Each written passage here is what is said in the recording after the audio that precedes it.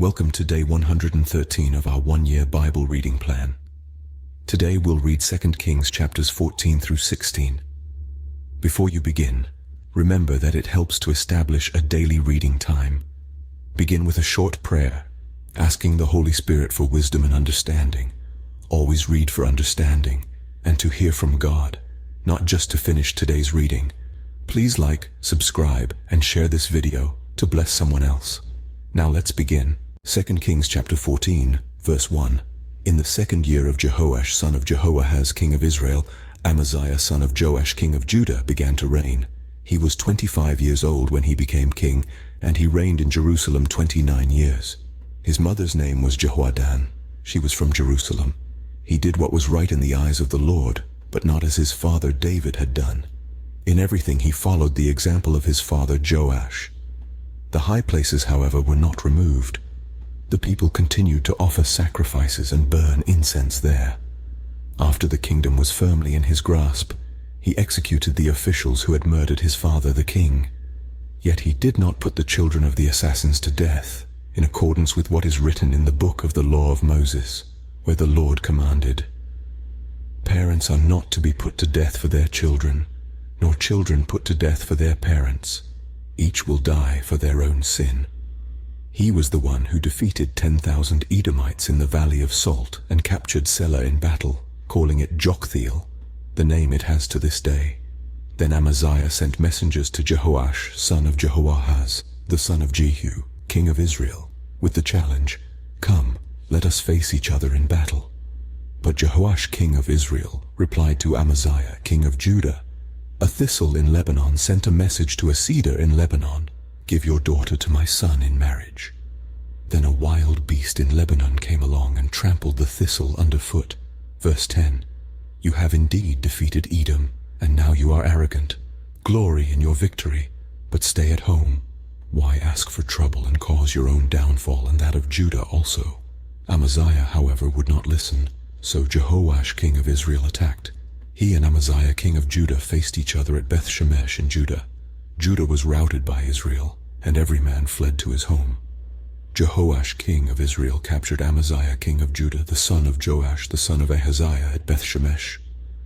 Then Jehoash went to Jerusalem and broke down the wall of Jerusalem from the Ephraim gate to the corner gate, a section about 400 cubits long.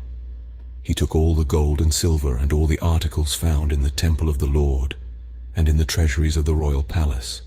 He also took hostages and returned to Samaria. As for the other events of the reign of Jehoash, what he did and his achievements, including his war against Amaziah, king of Judah, are they not written in the book of the annals of the kings of Israel? Jehoash rested with his ancestors and was buried in Samaria with the kings of Israel. And Jeroboam his son succeeded him as king. Amaziah son of Joash king of Judah lived for 15 years after the death of Jehoash son of Jehoahaz king of Israel. As for the other events of Amaziah's reign, are they not written in the book of the annals of the kings of Judah? They conspired against him in Jerusalem, and he fled to Lachish.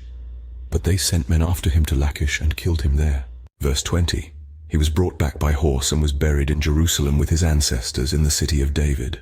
Then all the people of Judah took Azariah, who was 16 years old, and made him king in place of his father Amaziah. He was the one who rebuilt Elath and restored it to Judah, after Amaziah rested with his ancestors. In the 15th year of Amaziah, son of Joash, king of Judah, Jeroboam, son of Jehoash, king of Israel, became king in Samaria, and he reigned 41 years. He did evil in the eyes of the Lord, and did not turn away from any of the sins of Jeroboam, son of Nebat, which he had caused Israel to commit. He was the one who restored the boundaries of Israel from Lebo-Hamath to the Dead Sea, in accordance with the word of the Lord, the God of Israel, spoken through his servant Jonah son of Amittai, the prophet from Gath-Hepher. The Lord had seen how bitterly everyone in Israel, whether slave or free, was suffering. There was no one to help them. And since the Lord had not said he would blot out the name of Israel from under heaven, he saved them by the hand of Jeroboam son of Jehoash. As for the other events of Jeroboam's reign, all he did and his military achievements, including how he recovered for Israel both Damascus and Hamath, which had belonged to Judah, are they not written in the book of the annals of the kings of Israel? Jeroboam rested with his ancestors, the kings of Israel, and Zechariah his son succeeded him as king. 2 Kings chapter 15, verse 1. In the 27th year of Jeroboam king of Israel, Azariah son of Amaziah king of Judah began to reign. He was 16 years old when he became king, and he reigned in Jerusalem 52 years. His mother's name was Jechaliah. She was from Jerusalem. He did what was right in the eyes of the Lord, just as his father Amaziah had done. The high places, however, were not removed. The people continued to offer sacrifices and burn incense there. The Lord afflicted the king with leprosy until the day he died, and he lived in a separate house. Jotham the king's son had charge of the palace and governed the people of the land. As for the other events of Azariah's reign, and all he did, are they not written in the book of the annals of the kings of Judah? Azariah rested with his ancestors, and was buried near them in the city of David. And Jotham his son succeeded him as king. In the 38th year of Azariah king of Judah, Zechariah son of Jeroboam became king of Israel in Samaria, and he reigned 6 months. He did evil in the eyes of the Lord, as his predecessors had done. He did not turn away from the sins of Jeroboam son of Nebat, which he had caused Israel to commit. Verse 10. Shallum son of Jabesh conspired against Zechariah. He attacked him in front of the people, assassinated him, and succeeded him as king. The other events of Zechariah's reign are written in the book of the annals of the kings of Israel. So the word of the Lord spoken to Jehu was fulfilled. Your descendants will sit on the throne of Israel to the 4th generation. Shallum son of Jabesh became king in the 39th year of Uzziah king of Judah, and he reigned in Samaria 1 month. Then Menahem son of Gadi went from Tirzah up to Samaria. He attacked Shallum son of Jabesh in Samaria, assassinated him, and succeeded him as king. The other events of Shallum's reign, and the conspiracy he led, are written in the book of the annals of the kings of Israel. At that time, Menahem, starting out from Tirzah, attacked Tifsah and everyone in the city and its vicinity because they refused to open their gates. He sacked Tifsah and ripped open all the pregnant women. In the 39th year of Azariah king of Judah, Menahem son of Gadi became king of Israel, and he reigned in Samaria 10 years. He did evil in the eyes of the Lord. During his entire reign he did not turn away from the sins of Jeroboam son of Nebat, which he had caused Israel to commit. Then Pul king of Assyria invaded the land, and Menahem gave him 1,000 talents of silver to gain his support and strengthen his own hold on the kingdom. Verse 20. Menahem exacted this money from Israel. Every wealthy person had to contribute 50 shekels of silver to be given to the king of Assyria. So the king of Assyria withdrew and stayed in the land no longer. As for the other events of Menahem's reign, and all he did, are they not written in the book of the annals of the kings of Israel? Menahem rested with his ancestors, and Pekahiah his son succeeded him as king. In the 50th year of Azariah king of Judah, Pekahiah son of Menahem became king of Israel in Samaria, and he reigned 2 years. Pekahiah did evil in the eyes of the Lord. He did not turn away from the sins of Jeroboam son of Nebat, which he had caused Israel to commit. One of his chief officers, Pekah son of Remaliah, conspired against him. Taking 50 men of Gilead with him, he assassinated Pekahiah, along with Argob and Arieh, in the citadel of the royal palace at Samaria. So Pekah killed Pekahiah and succeeded him as king. The other events of Pekahiah's reign, and all he did, are written in the book of the annals of the kings of Israel. In the 52nd year of Azariah king of Judah, Pekah son of Remaliah became king of Israel in Samaria, and he reigned 20 years. He did evil in the eyes of the Lord. He did not turn away from the sins of Jeroboam son of Nebat, which he had caused Israel to commit.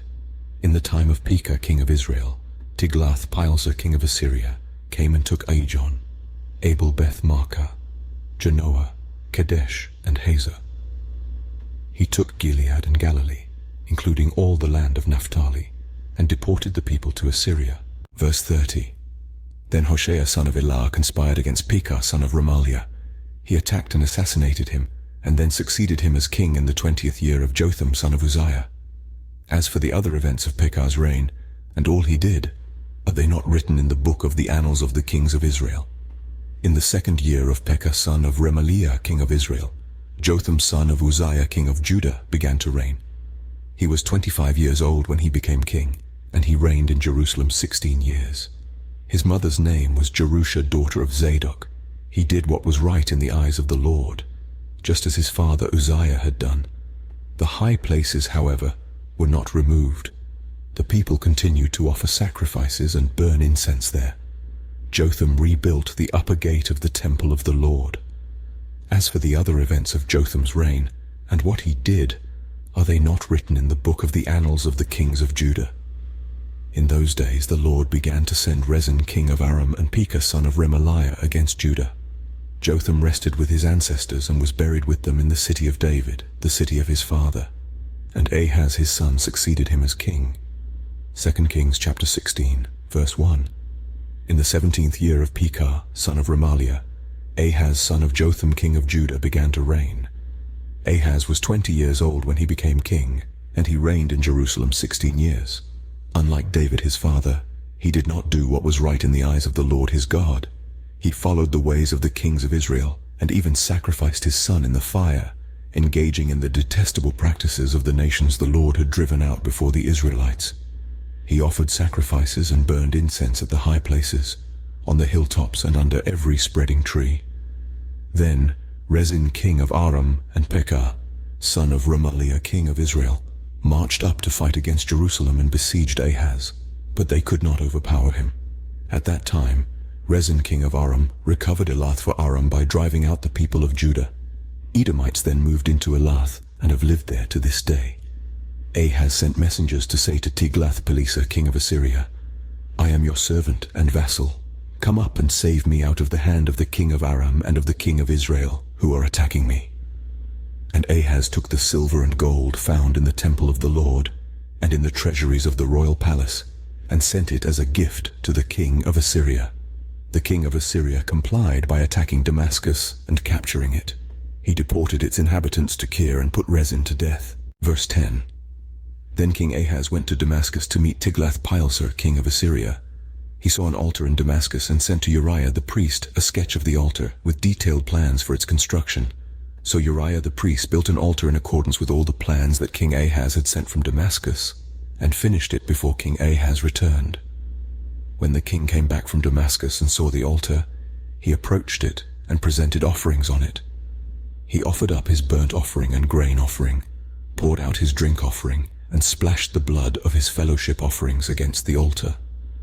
As for the bronze altar that stood before the Lord, he brought it from the front of the temple, from between the new altar and the temple of the Lord, and put it on the north side of the new altar. King Ahaz then gave these orders to Uriah the priest. On the large new altar, offer the morning burnt offering and the evening grain offering, the king's burnt offering and his grain offering, and the burnt offering of all the people of the land, and their grain offering and their drink offering. Splash against this altar the blood of all the burnt offerings and sacrifices, but I will use the bronze altar for seeking guidance. And Uriah the priest did just as King Ahaz had ordered. King Ahaz cut off the side panels and removed the basins from the movable stands. He removed the sea from the bronze bulls that supported it and set it on a stone base. He took away the Sabbath canopy that had been built at the temple and removed the royal entryway outside the temple of the Lord, in deference to the king of Assyria. As for the other events of the reign of Ahaz, and what he did, are they not written in the book of the annals of the kings of Judah? Verse 20. Ahaz rested with his ancestors and was buried with them in the city of David, and Hezekiah his son succeeded him as king. This concludes 2 Kings chapters 14 through 16 for day 113. We hope you are enjoying these daily videos. Remember to check the description box for links and resources. Thank you for watching. Please like, share, and subscribe. Your support helps spread God's word to reach more people on YouTube. We'll see you in the next video for our day 114 reading.